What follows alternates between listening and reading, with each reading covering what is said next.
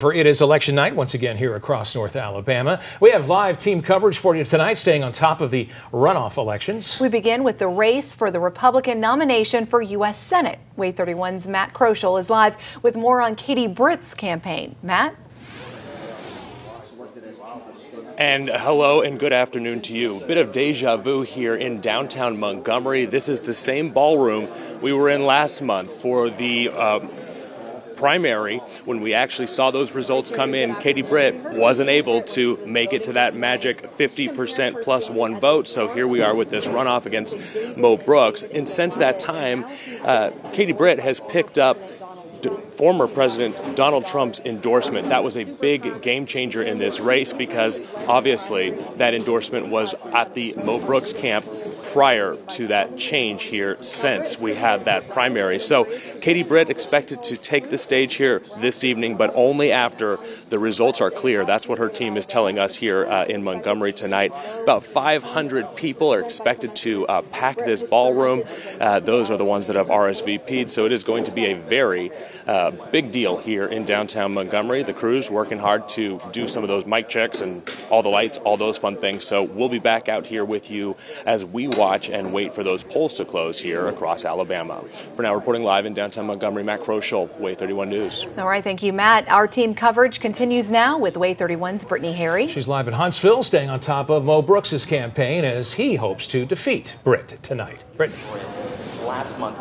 Yeah, Dana Marie, right now we're at Bullet and Barrel in Huntsville. We're pretty quiet right now, set up underway just behind me before 7 o'clock when the doors open. And Mo Brooks will be here then. But we know that Congressman Mo Brooks, he's remained hopeful and optimistic since former President Donald Trump pulled his endorsement a while ago. Brooks said ultimately the people of Alabama will decide.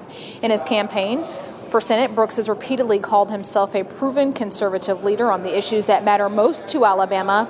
And we know that out here today, Brooks will not be speaking to the media really until those results are in. So it'll be a few more hours before we hear from him. But he has been active on Twitter today, saying that, quote, America needs fighters in the Senate, not rubber stamps for Mitch McConnell, urging Alabama voters to get out and vote for him today. So we know that the polls close at 7 o'clock. The doors here will open then. And of course, we'll continue to stay out here and keep you posted on what happens here in Huntsville. For now, I'm reporting live in Huntsville, Brittany Harry, WAY 31 News.